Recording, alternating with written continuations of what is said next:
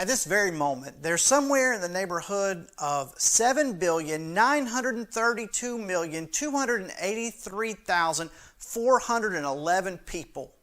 And every single one of them, every single one of us, was put on this planet for a specific God-given purpose.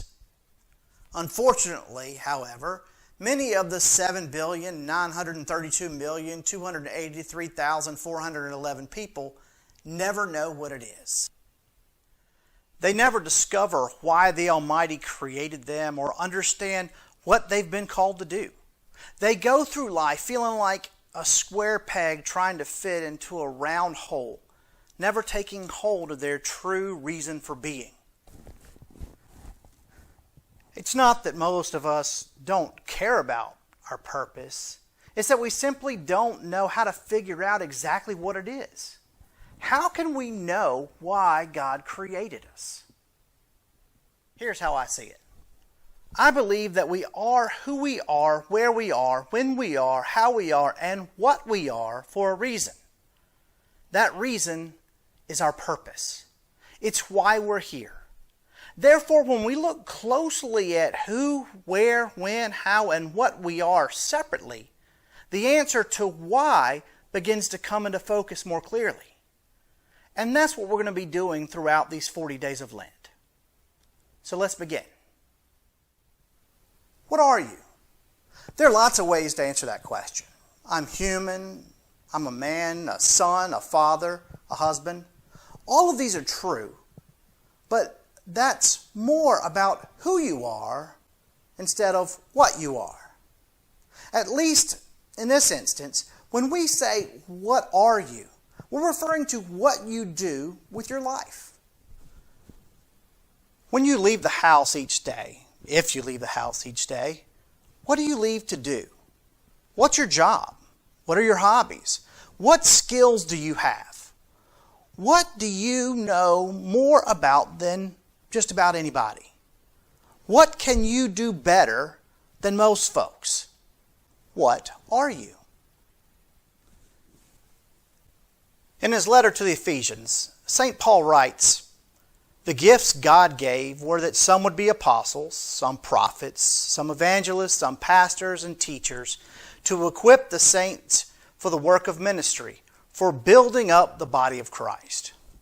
In other words, every person is gifted with talents, certain passions, certain skills that lead to having certain responsibilities to build up the body of Christ. So what you are is important because it's a major part of your purpose. Now make no mistake, what you are is not your purpose. It's only part of your purpose. Folks tend to get that confused a lot. Our purpose is much bigger than our job or our hobbies. But what we do is still very important because it gives us an opportunity to live out our calling in a way that allows us to use those gifts that set us apart. Let me explain. I'm a pastor. It's what I do. This, however, isn't my entire purpose. It's simply my platform, one way that I can fulfill my reason for being. What I do allows me to use my gifts and enables me to do the ministry I'm meant to do.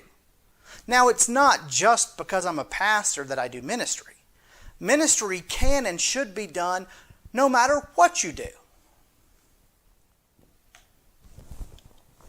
If you're a janitor, do ministry while you sweep the floors. If you're a teacher, minister to your students and to your fellow faculty members. If you're an athlete, minister to your teammates or even to your opponents. What we do isn't our purpose, but it does point to what our purpose is. More than likely, the same gifts and talents that enable us to do what we do well are the same gifts and talents we'll need to fulfill our purpose as we use them to build up the body of Christ. So, whether you're a coach or athlete or student or teacher or CEO or farmer, or firefighter, or homemaker, or doctor, or a retiree, or a mechanic. You are what you are for a reason. And that reason is important because you are important. I'm Pastor Stephen Mims, and this is your season of purpose. May God bless you.